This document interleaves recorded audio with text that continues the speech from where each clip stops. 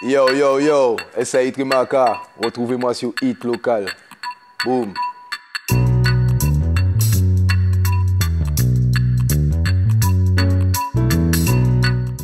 Moi, son psychiatre, tout là, toujours vivant. Elle même à peine chaque syllabe, clé de bras, clé de sol, chaque syllabe.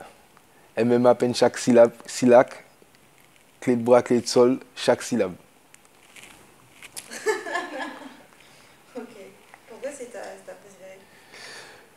Bon, à l'écouter souvent, elle me donne toujours ce petit effet. C'est les punchlines, c'est vraiment quelque chose, voilà,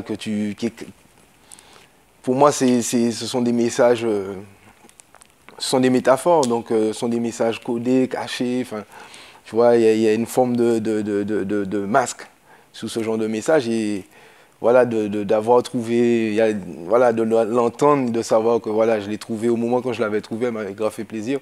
Bon, c'est elle qui m'est venue à l'idée, mais il y en a d'autres aussi qui me font autant plaisir. Hein. Je dirais Lutin, déjà, avec qui j'ai fait Tireur d'élite. Et ça, avec un big up au passage, Free Family, on va connaître. Et qui a très très bien cartonné. Voilà, qu'on a fait ça à la vibe et le truc, il a vraiment flambé. Le clip aussi, je me rappelle, il y avait une bonne vibe, tout s'est fait naturellement, tu vois, il y avait du monde derrière. La rue a soutenu comme jamais, évidemment. Et c'était un beau projet, c'était vraiment un beau projet et je suis fier d'avoir fait ça avec lui. Gâteau d'Abato aussi, voilà, pour revenir plus sur le Magma. Voilà, en ce qui concerne Magma, vraiment Gâteau, ça a été un feat qui m'a marqué, qui me marquera toujours parce que la conception du feat a été belle, quoi. La réalisation du projet global a été tellement rapide, tellement fluide, comme on dit. Et donc j'en retiens vraiment un bon souvenir, quoi, mais absolument même. Gâteau, je me rappelle, je lui ai envoyé le son, j'ai envoyé le son à Ticos et 2 jours après, il avait déjà kické, tu vois.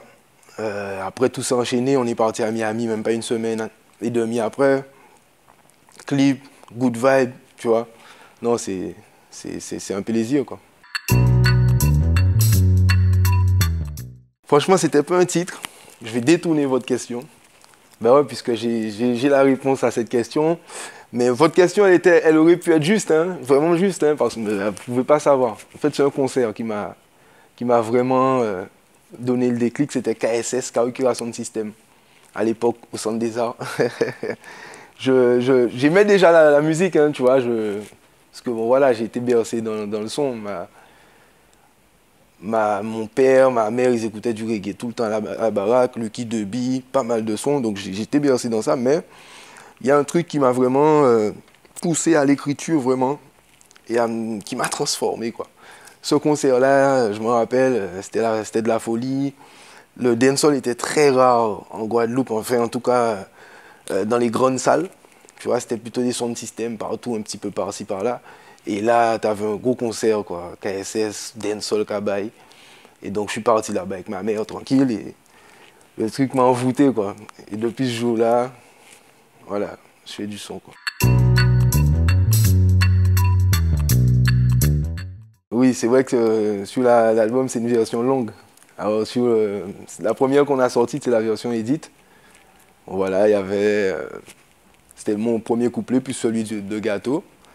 Et là, en fait, on avait un troisième couplet qu'on a dit, bon ben voilà, quand l'album sortira, on en profitera pour le mettre, voilà, ça fera justement quelque chose de nouveau et de différent pour l'auditeur, quoi, qui connaît déjà le premier titre. I love you, ma sativa, love you, ma sativa, c'est toi ma diva, ma sativa. C'est toi ma diva, ma sativa. Mais mon enfer, j'y vais si tu vas. Love you, ma sativa.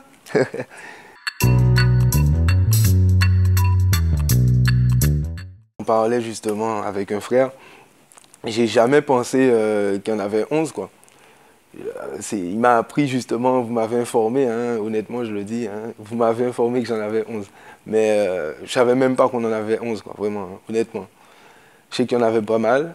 Mais 11, je ne savais pas. C'est vrai que le chiffre est énorme, mais honnêtement, Prise de risque, je dirais pas une prise de risque, mais je dirais vraiment, voilà, si c'est une prise de risque dans le bon sens, parce que bon, ben, déjà ça rapporte une bonne diversité musicale, tu vois, différentes sonorités, donc une bonne palette musicale. C'est vrai qu'après, bon, ben, ça peut vite tourner en compilation, hein, faut faire Bélec, tu vois, mais voilà, on a surtout géré à ce que, enfin, on a géré en tout cas pour que voilà, ce mélange de sonorités soit homogène et voilà quoi, tout simplement quoi.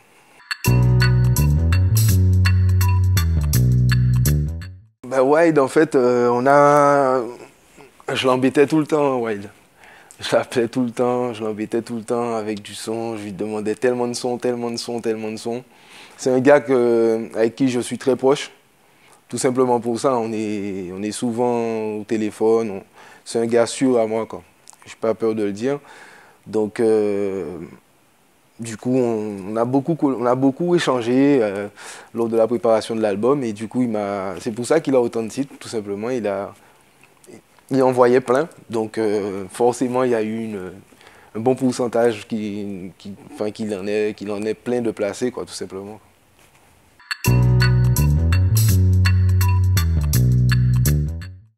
Déjà, défendre Magma comme il faut, faire une bonne tournée live, un petit peu partout. Voilà, donner aux gens du bon son, des bons concerts, des bons shows. Voilà, avec ce qu'il faut, tout ce qu'il faut.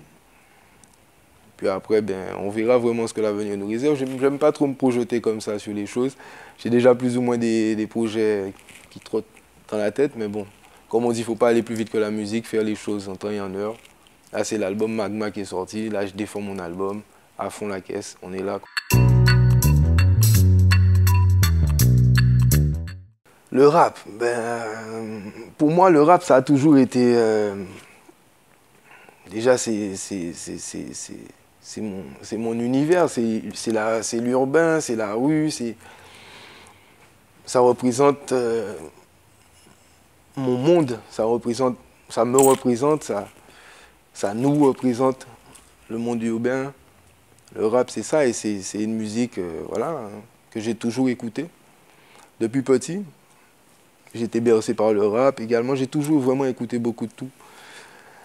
Et voilà, c'est une musique que je pratique aujourd'hui de plus en plus par rapport à avant. C'est vrai qu'on me connaît plus en tant qu'artiste dancehall total, reggae dancehall. Mais j'ai toujours, hein, quand on était à Genesis à l'époque, j'en faisais beaucoup. Ils n'ont pas été médiatisés comme les autres titres, mais j'en faisais des tonnes. Hein. On en faisait plein de rap, plein de trap. Bon là, c'est vrai que maintenant, j'affirme plus ce côté trap dans ma musique. Mais ça va avec mon personnage, je tenais à le dire.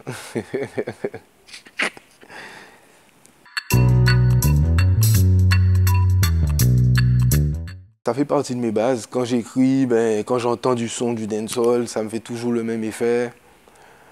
Après, voilà, je suis un artiste, j'aime bien me diversifier, j'aime écouter la musique en général, j'aime la musique en général, j'aime de tout. Dès que le son il est bon, dancehall ou, tu vois. Mais après, c'est vrai que le dancehall, ça restera toujours une musique de cœur, comme le reggae, comme le rap. Toutes ces musiques urbaines m'ont bercé et font partie de mon personnage, quoi.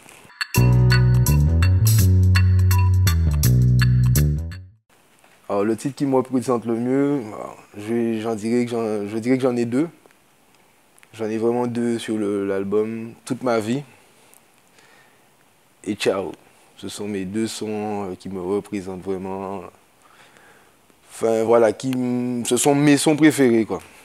Après, les sons qui me représentent, il y en a d'autres. Par exemple, Magma, ça me reflète vraiment plus moi, mon personnage et ce que j'ai vécu. Mais toute ma vie aussi, ouais, enfin, ouais, toute ma vie, c'est mon préféré. Toute ma vie et Ciao. Ce sont mes deux sons préférés. D'ailleurs, il y a le clip aussi. On est parti faire le clip au Sénégal. C'est pour ça que j'ai voulu faire vraiment de belles images pour illustrer ce morceau, puisque c'est un titre qu'on apprécie beaucoup, qu'on aime beaucoup. Yeah.